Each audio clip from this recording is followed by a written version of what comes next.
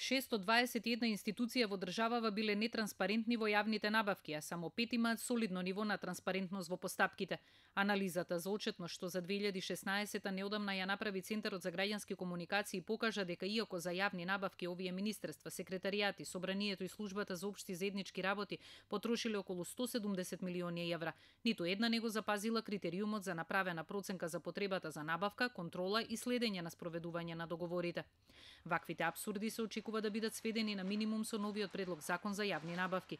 Забелешки за понудените решенија стигаат од сите страни, а Градежната комора веќе наброја 20 точки со кои очекуваат да се надминат нелогичностите, да се подобри квалитетот на набавките и да се зајакне транспарентноста на постапките. Една од нив е критериумот економски најповолна понуда која се воведува наместо најниска цена.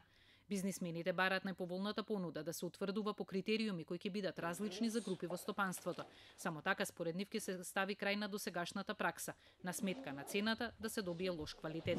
И градежниците, а и вкупно целото стопанство кај нас почива на детали. Значи ние можеме да донесеме форма ако не детализираме што конкретно мислиме и што конкретно бараме, формата ќе стане општа и ќе може да се на различни начини толкува. Има две варијанти, или државата сака да гради квалитетни добри објекти или сака да гради ефтини објекти. Ние ценевме дека до сега со законот за јавни набавки беше даден токму акцентот на тоа дека државата сакаше ефтини објекти да гради.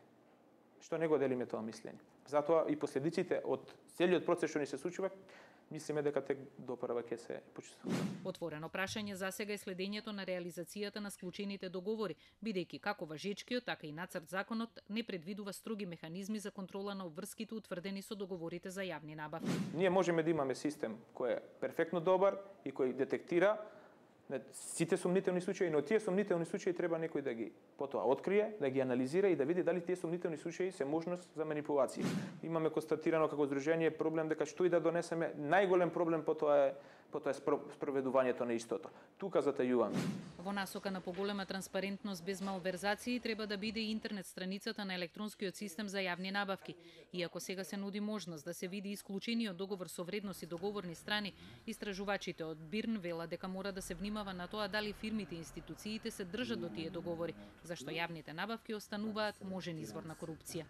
Колку пати сме гледале огласи кои што биле практично нацртани да одговараат на потребите на одредена фирма. Дали се работи во делот на број на вработени, начинот на кој што треба да биде испорачена услугата и така натаму. Така што дека е потребно поголемо следење, апсолутно.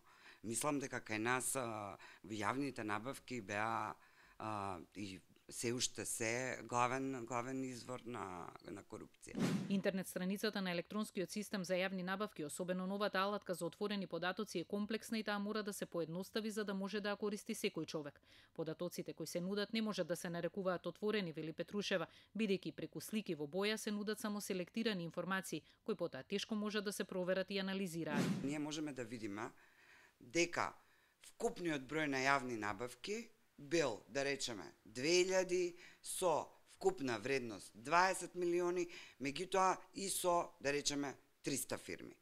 Меѓутоа, кога тргнувате да пребарувате одредени фирми, фирма по фирма, да видите зашто склучиле договори, во кој период, во која вредност, вие добивате, да речеме, вкупна информација. Ако сакаме да зборуваме отворени податоци, тогаш бирото би требало на нас да ни понуди да не ги понуди податоците во поинаков формат. Значи, ние тука немаме податоци во Excel или во било кој друг формат, кој што потоа би можеле да ги споредуваме и сами од тоа да видиме што е тоа што ни треба како податок. Податоците на Бирото за јавни набавки покажуваат дека во 2018 година биле склучени 1223 договори со вкупна вредност од 52 милиони евра, а поништени се 858 постапки. Најчестата причина била тоа што не била доставена ниту една понуда.